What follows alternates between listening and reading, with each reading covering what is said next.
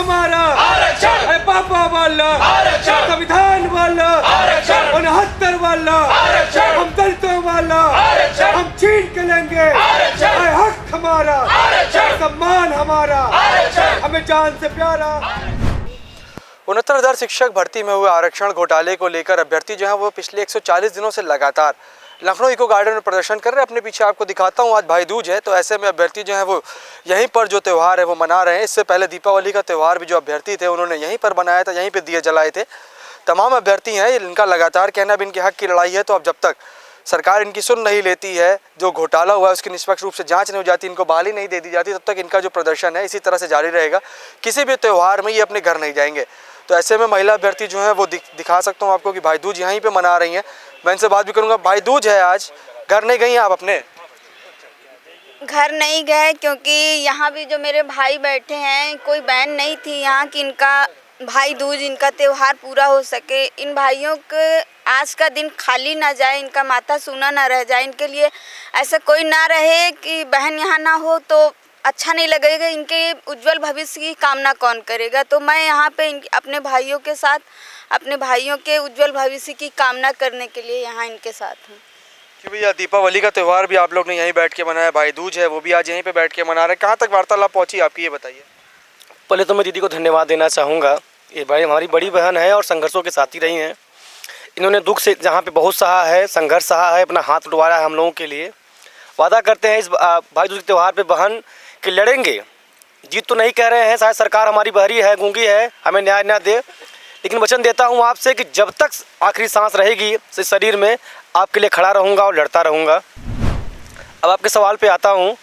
वार्ता सर हमारी highest level पे है, मुख्यमंत्री तक को हमारे बारे में जानकारी है, शिक्षा मंत्री को जानकारी है, जितने भी संबंधित अधिकारी हैं सबको जानकारी है, और हम जीत के भी करीब हैं, क्योंकि हम जानते हैं कि हम न्यायिक अगर संवैधानिक मांग कर रहे हैं तो हमको दूर कर सकते हैं कुछ दिनों के लिए, लेकिन ऐसा नहीं कि हमें नहीं देंगे। हम लड़ रहे थे और लड़ेंगे और जीतेंगे। इन्हीं के बनाया हुआ जो आयोग है, राष्ट्रीय पिछड़ा वर्ग आयोग, जिसके बड़े बड़े गुणगान कर रहे हैं ये। अभी हम लोग हाल ही में केशव मौर्य के प्रोग्राम में गए थे, वहाँ पे मौर्य जी ने कहा कि अब पिछड़ों का हनन नहीं होगा, राष्ट्रीय पिछड़ा वर्ग आयोग बना दिया है, संवैधानिक दर्जा दे दिया है उसको।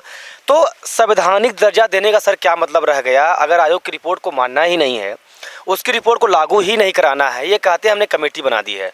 आप बताइए क्या कोई कमेटी है जो आयोग से बड़ी है क्या? अगर कमेटियों को ही उसका निर्णय लेना है संबंधित चीज़ों का, तो फिर आयोग का क्या मामला रह गया? तो हम उम्मीद करते हैं कि आयोग बनाया हुआ जो रिपोर्ट है वो हम पर लागू होगी, हमें न्याय मिलेगा, हमें हक मिलेगा। आज हम भैया दूज का त्यौहार, ये दिवाली का त्यौहार यहाँ मना रहे हैं। आने वाला जो समय होगा, जो साल होगा, अपने घरों में मनाएंगे, खुशियाँ मनाएंगे, खुशियाँ बांटेंगे। शिक्षक हैं, शिक्षा का कार्य करेंगे, राष्ट्र निर्माण का कार्य करेंगे। धन्यवाद। तो अभ्यर्थी हैं लगातार ये कह रहे हैं इनके हक की लड़ाई है। अपने पीछे तस्वीरें भी आपको दिखाता हूँ। दीपावली का त्यौहार है, सब जगह रंगोली बनती है, तो ऐसे में इन्होंने भी रंगोली बनाई जिस पे लिखा हुआ है 69,000 शिक्षक भर्ती आरक्षण घोटाला। कुल मिला के इन्होंने अब साफ कर दिया है कि जब तक इनकी सरकार सुन नहीं लेती है, इसी तरह से जो इनका प्रदर्शन है वो जारी रहेगा। सारे त्यौहार ये यहाँ पे मना रहे हैं। दिखाता हूँ आपको, बड़ी संख्या में अभ्यर्थी जो हैं वो यहाँ पे जमा हुए हैं।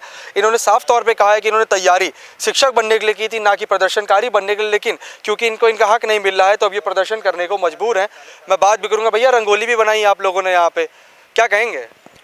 हम लोगों के घर से फ़ोन आया, मम्मी फ़ोन करें कि तुम बेटा दशहरे में नहीं आए हो, पिछले दशहरे में आए थे पिछले साल, इस बार हर बार दशहरे में आते हो, होली में आते हो, दिवाली में आते हो और कहीं बाहर ये त्यौहार नहीं मनाते हो, लेकिन इस बार तुम 1 साल पूरा हो गया, दशहरे में नहीं आए, फिर दिवाली में इंतज़ार था, दिवाली में भी हमको ये था कि शायद दिवाली तक हम लोगों को न्याय मिल जाएगा, लेकिन वही है कि हम लोग ये सरकार बहरी और निकम्मी एकदम है, तो उस वजह से हम लोग कहीं ना कहीं न्याय पाने के पीछे रह जाते हैं फिर। लेकिन उसी की वजह से हम लोग कोई भी चीज़ नहीं छोड़ रहे हैं कि कुछ भी है सूखा रूखा करके, जैसे हम लोग यहाँ पे सब लोग आरक्षित पीड़ित यहाँ पे संघर्ष कर रहे हैं साथी, तो हम लोग साथ में मिलजुल कर उसी के हिसाब से हम लोग भी अपना त्यौहार यहाँ पे छोटी छोटी मतलब दुखों में भी छोटी छोटी खुशियाँ होता है कि मतलब ढूंढते रहते हैं। तो हम लोग कहीं ना कहीं ये त्यौहार अपना यहाँ पे सेलिब्रेशन करते हैं। तो उसी के पक्ष में जब दिवाली थी तो हम लोगों ने यही सरकार से उम्मीद लगाकर कि हम लोगों के लिए जो काला ये दिन है आज दिवाली के त्यौहार में, हम लोगों के पास जो कि घर परिवार अपने नहीं जा सकते, किस मुंह से आखिर जाएं, क्योंकि हमारे लिए तो नौकरी ही सब कुछ हाथ है। आज के युवा दौर में अगर आपके पास जॉब नहीं है तो आप किसी भी जगह पे बैठने उठने के काबिल नहीं हैं। ये मतलब आपका दिल गवाही नहीं करता, ना तो घर परिवार ना दोस्त, क्योंकि आप उसके सक्षम नहीं रह जाते। तो हम लोगों ने उसकी मांग को लेकर राष्ट्रीय पिछड़ा वर्ग को लागू कराने के लिए उसी को परिपेक्ष में हम लोगों ने दिवाली के दिन भी यहाँ पे 69,000 आरक्षण पीड़ित घोटाला लिखकर हम लोगों ने इसका सेलिब्रेशन किया, मतलब अपने ढंग से छोटा मोटा करके। वैसे आज भैया दूज है तो हम लोग कहीं भी बहनों का फ़ोन आता है कि भैया आप बताओ इतने व्यस्त हो गए हो कि मतलब बहनों को भी टाइम नहीं दे पाते हो, साल भर में त्यौहार आता है। तो हम लोगों ने कहा कि देखो बहन, हम लोगों का अगर नौकरी मिल जाती है तो हम लोगों का हर दिन त्यौहार होगा, लेकिन अगर नौकरी नहीं मिलती है तो मतलब कोई भी चीज़ दिल से नहीं करता कि खुशियाँ मनाए जो हैं। और बहनों से वादा किए हैं, आज वहाँ पे हमारे साथ जो आरक्षित पीड़ित बहनें हैं उन्होंने हमारे त्यौहार को मतलब फीका नहीं पड़ने दिया और उन्होंने हमारे साथ यहाँ पे संघर्ष भी किया और साथ में जो छोटा मोटा रहा उसके हिसाब से उन्होंने इस त्यौहार को भी मनाया हम लोगों ने। तो सरकार से हमें अपेक्षा है, उम्मीद है कि वो जितना आप पिछड़ों के लिए आयोग बनाते हो, पिछड़ों को दिखावे के लिए जो है अन्य राज्यों में जाकर चिल्लाते हो कि क्या नाम है हम लोग आपको एक और बड़ा महाआंदोलन आप लोग करने जा रहे हैं, इससे पहले भी कई महाआंदोलन आप लोगों ने किए, एक लंबा समय लगातार निकला जा रहा है, तो क्या लग रहा है महाआंदोलन आप लोग कर रहे हैं, सरकार तक आपकी बात पहुंच के भी नहीं पहुंच पा रही है, कितनी उम्मीद नजर आ रही है अभी?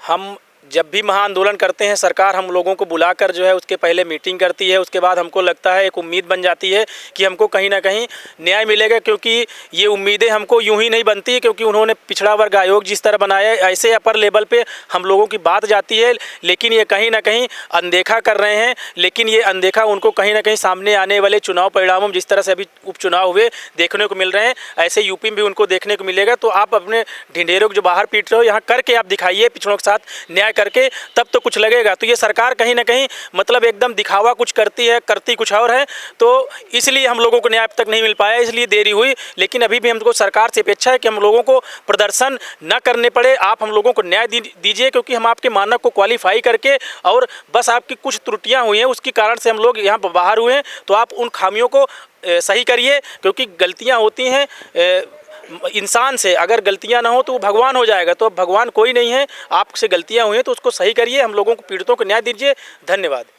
तो भैया अभी आपने बात की चुनाव की और आपने कहा कि केशव प्रसाद मौर्य जी से भी आप लोगों को काफ़ी उम्मीदें थी, लगातार सम्मेलन हो रहे हैं क्योंकि चुनाव नज़दीक है, हर पार्टी जो है सम्मेलन कर रही है, पिछड़े वर्ग के लोगों से भी लगातार संपर्क कर रही है, भाजपा का तो नारा ही है सबका साथ सबका विकास, तो अन्य जो दल हैं वो भी लगातार पिछड़ों को बढ़ाने की बात करें। क्या लग रहा है कि चुनाव में अगर आप लोग का कहना है कि अगर सरकार आपकी नहीं सुनती तो आप सरकार का साथ नहीं देंगे, तो क्या लग रहा है जो अगली पार्टी जो बनेगी, जिसकी सरकार बनेगी प्रदेश में, क्या वो आपकी सुनवाई करेगी?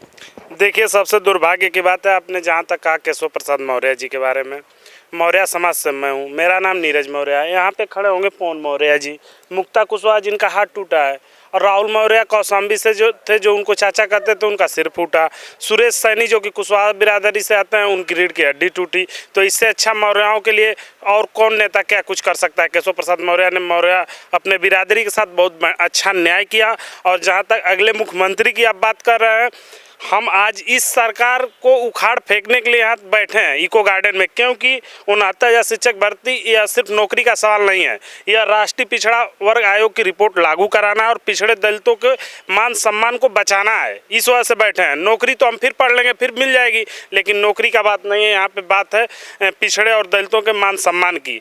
और यह सरकार नहीं सुनेगी, मत सुने, ये भी जाएगी, अगली सरकार आएगी वो भी नहीं सुनेगी, तो देखा जाएगा।